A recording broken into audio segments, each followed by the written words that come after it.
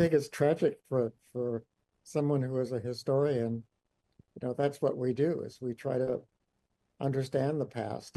Probably the worst crime against history is to remove evidence from the past. People who are trying to obscure it.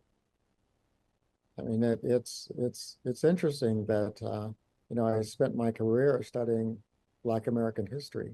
So the question is, to me, do we want a state-sponsored, acceptable narrative of American history, or do we want to accept American history in all of its messiness? I think it's tragic for someone who is a historian. That's what we do is we try to understand the past. And probably the worst crime against history is to remove evidence from the past. And so it's a tragic day, I guess, for people who are trying to do what historians do, and that is by understanding the past, you hope that it'll help you understand the future too. We have a struggle between people who are trying to gain a more accurate view of history and people who are trying to obscure it. I mean, it's interesting that I spent my career studying Black American history, and a lot of the career has been an effort to correct mistakes, not to introduce error. My father, who fought in World War II, was part of the invasion of Germany. And if you read some textbooks and a lot of film accounts of the war, you don't see that.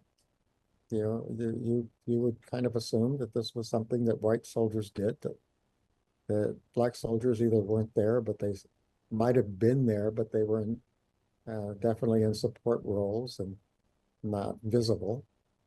And that's the wrong view, especially when you go through the South, which displays a lot of its history, that a lot of that history is distorted.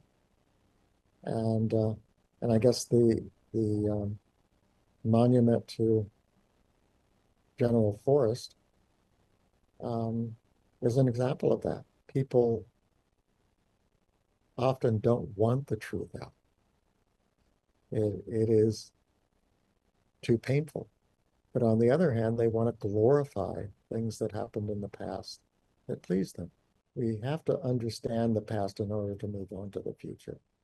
And if you can't do that honestly, you're not going to have a very good job of making a more democratic future. This executive order is part of a much larger constellation, not only of executive orders, but of think tank work and of legislation at the state level to control and change curriculum for students, to understand the narrative of what our past is. It's connected to base renamings. It's connected to the Confederate statues that came down, which also this executive order basically says put them back. So the question is, to me, do we want a state-sponsored, acceptable narrative of American history, or do we want to accept American history in all of its messiness, but also in all of the things that make it so special? Those two things in my mind are connected. And this executive order really doesn't stand alone. Democracy is really hard. It's really difficult. And so when we flatten it, when we remove people from it, and when we don't acknowledge that sometimes the United States and its people did not act in the best way, we are telling ourselves a false story about ourselves. And that, I think, has consequences on the present, and it will have consequences on the future. It's obviously a violation of the First Amendment for the federal government to declare what museums can exist or not exist based on the message that they're giving. So, but Trump has been violating the First Amendment every way imaginable so far. So, I'm not surprised, but it's appalling. I would hate to see the quality of our exhibits go down due to an idea that it's unpatriotic to show the actual history of our country.